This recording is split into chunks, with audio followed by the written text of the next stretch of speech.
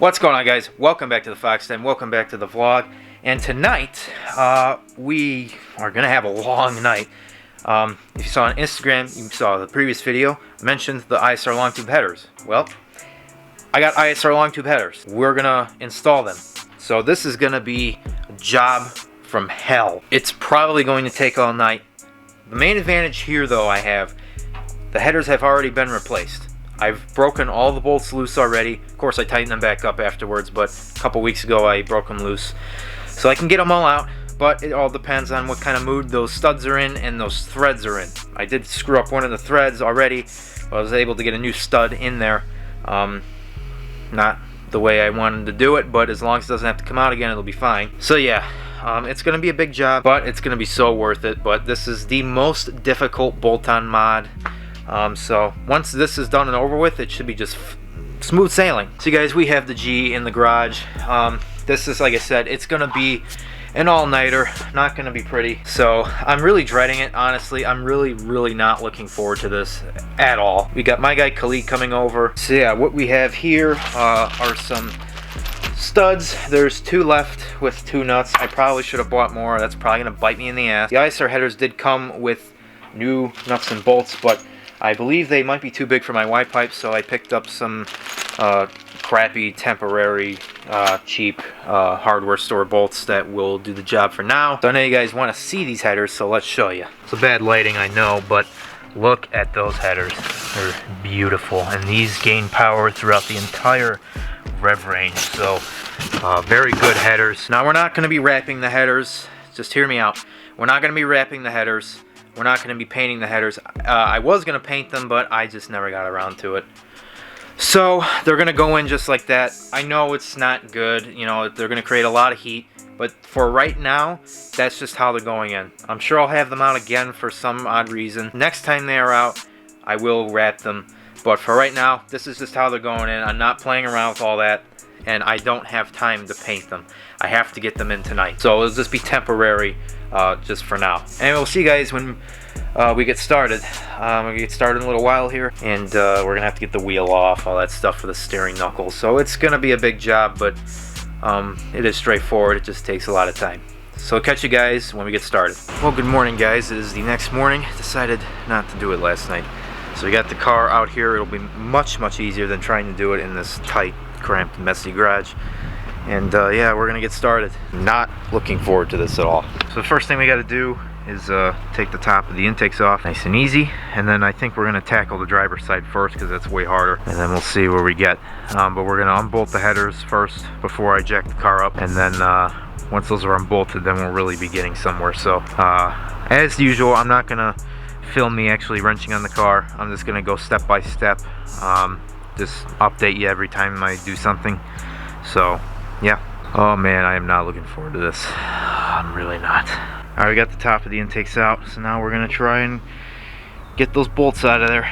So this is where it gets difficult. So much more room on the passenger side. I don't know if you can see it, but so I'll update you guys. Alright guys, so got the driver's side header unbolted. It took like 45 minutes. I don't know if that's fast or not. I don't know if you can see it, but the header did kind of drop. It's still bolted to the exhaust.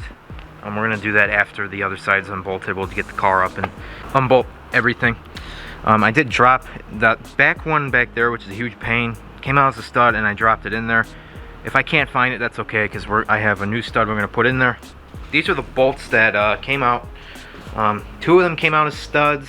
3 of them came out as nuts. So the less of them that come out as studs, the better. But yeah, we're making progress. So now we're gonna move on to the passenger side, which is much easier. Still not easy, but much easier. And then yeah, we'll keep you guys updated. At 45 minutes for the first header. I don't know if that's quick or slow, but don't know if I'm gonna finish this today. But in a perfect world, we will. So keep you guys updated. All right, you guys, hands are getting more dirty, and we got the passenger side unbolted. So both sets of headers are unbolted, so now we just have to disconnect the O2 sensors, jack the car up, go underneath, undo those rusty bolts, and then the headers should come out just like that. So it wasn't too bad. There was a couple that kind of gave me a hard time. We now have 3 that came out of studs, actually 4, but I dropped one of them, but I do have new studs, so it's that. So now we're gonna jack the car up, which is a pain, and then yeah, we're making progress. So I mean, can't wait till this is done. All right, you guys, we got the car on jack stands now, and we gotta get at these lovely rusty bolts. That should be fun. So wish me luck. Of course, keep you guys updated with all this. This is not fun, I'll tell you that. All right, so we got these exhaust bolts out. And yeah, they're pretty rusty. They're a little over a year old. And I know it's kind of hard to see. I'm not gonna play around with the settings of the camera right now, but those gaskets are flipping smoked. That's why you don't use those cheap gaskets. So luckily, ISR headers came with some new gaskets, so I replaced them. But I never thought I'd get this far. We're making good progress.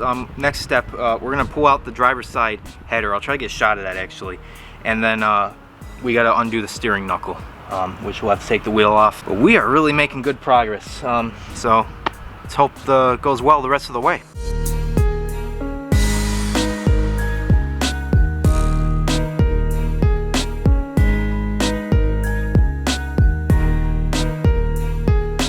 And here is the passenger side header and high flow cat. This is what it looks like. And these are going to Moogie, and I think I'm gonna have to have him replace these gaskets because they're cheap, but they're cheap and for the OEM ones, so not a big deal. So now we have to swap these over to the ISRs, but before we do that, I'm gonna get the driver's side out. We have to take the wheel off, as I said, and undo the steering knuckle. So we're making huge progress. Once we get that driver's side out, that'll be cherry on top. So wouldn't it be some shit if the ISRs didn't fit now? Oh god. Another G sedan, all-wheel drive G sedan owner had him on his car, so should be good. But anyway, keep you guys updated.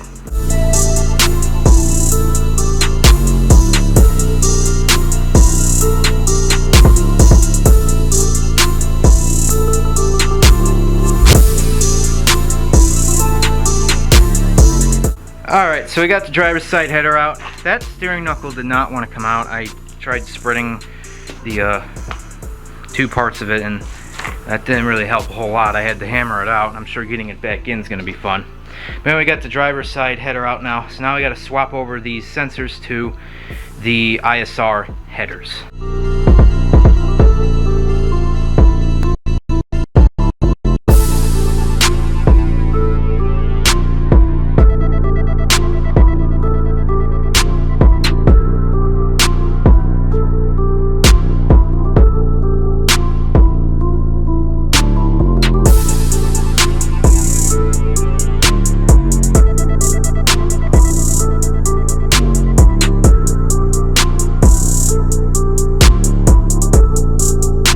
Alright, so we're currently swapping over the O2 sensors. We have a wideband sensor and the regular O2 sensor, downstream, whatever you want to call it. We'll do the same for that. We're going to put these wherever they are.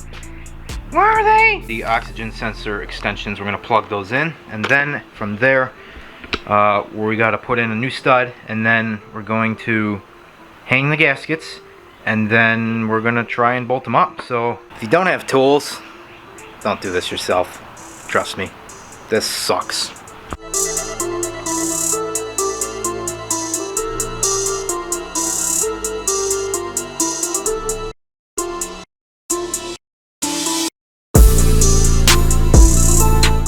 the passenger side exhaust manifold gasket, OEM. As I said, ISRs did come with new gaskets, and they're actually better. They're much thicker and heavier. Here's a little look into where the passenger side header sits. You can see the studs. So you can see right there we have the O2 sensor extension, and the same on the driver's side. So we're getting close, kind of. We're gonna change these gaskets in. I have to put a new stud in back there, and then should be able to start bolting it up. So look at the ISRs again. I know I have to wrap them, I have to paint them, but I need to get these in ASAP. I don't have time, but maybe someday we'll do it. You guys, so we have now confirmed that the ISRs fit, and we got a bolt started, or nut rather, started on it. And my guy Khalid's gonna head over and he's gonna help me out with this, so progress. They look pretty good. Wait, ow, fucking knee. Kneeled on a rock. Alright, ready for this shit? Everybody who's watching Silver Fox's vlog right now, everybody give him a little follow, you know what I mean? Everybody go subscribe to my vlog. You can't see him. Here. We got a lot of content coming with Chicago lane changes type of shit, you know what I mean? I just really want to hear it right now. Alright, let's get behind it. Oh shit, my keys. Oh, he doesn't have his keys. Hey, you put the headers in pretty quick, not gonna...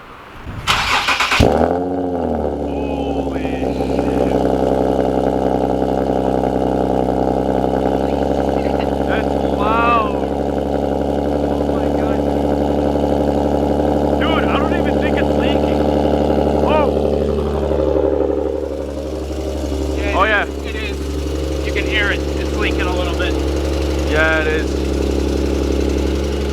Not too much though. Bro, imagine when he revs it. Oh, what's that burning smell? What the? This is probably the headers breaking in. Oh wait, let's hear that shit. I'm not gonna rev it too hard.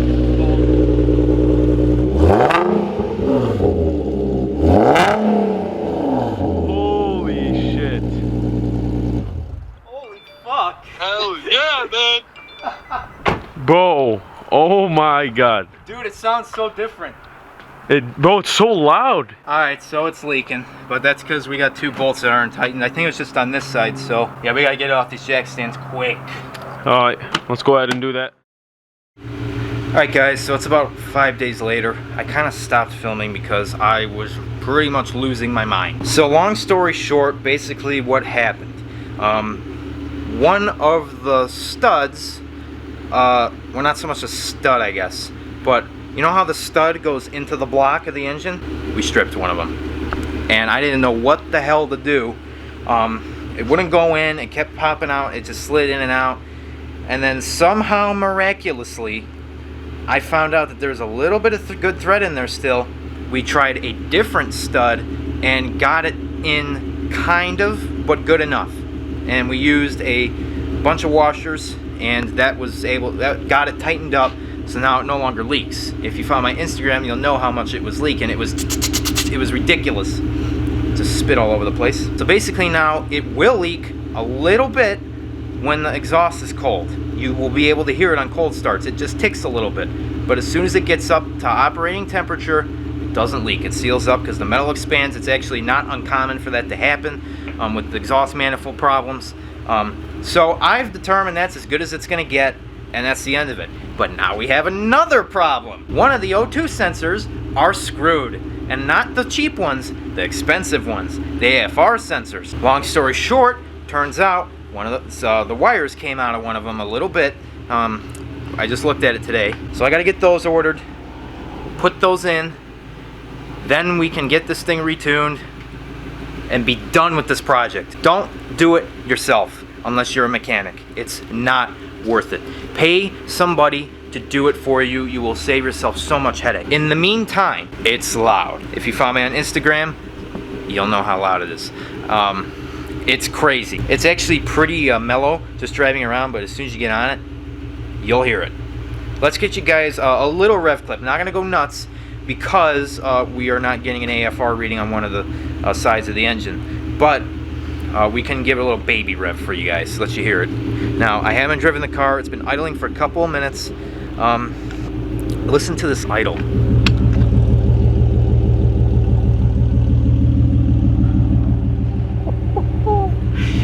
It sounds even more like a V8 now. It's like crazy.